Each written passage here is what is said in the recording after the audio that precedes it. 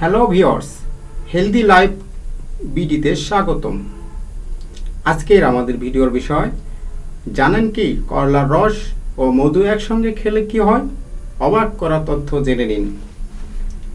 আপনি কি জানেন করলার রস ও মধু একসঙ্গে খেলে প্রায় 7 ধরনের সমস্যা প্রতিরোধ করা যায়?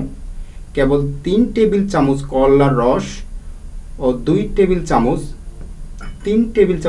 করলার রস এবং 2 টেবিল চামচ মধু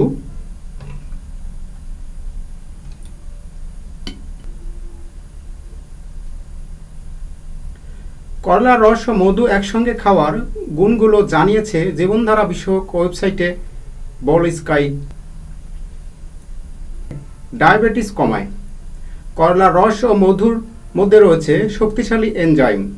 এই মিশ্রণটি রক্তের গ্লুকোজের পরিমাণ কমিয়ে নিতে সাহায্য করে।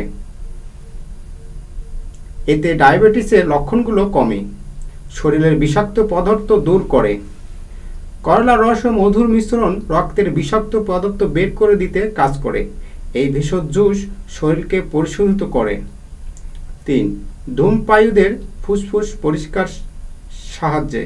করলা রস ও মধুর মিশ্রণ ফুসফুসে নিকোটিনের প্রলেপকে দূর করতে কাজ করে। ফুসফুস পরিষ্কার বেশ কার্যকর এটি। 4. অ্যাজমা কমায়। এই ভেষজ মিশ্রণটি শ্বাসতন্ত্রের যত্ন নেয়, অ্যালার্জির সংক্রমণ থেকে শরীরকে সুরক্ষা দেয়, অ্যাজমা কমাতে সাহায্য করে। 5. হজম ভালো করে। এই মিশ্রণটি পাচক রস তৈরিতে সাহায্য করে, এতে হজম ভালো হয়। 6. ওজন কমায়।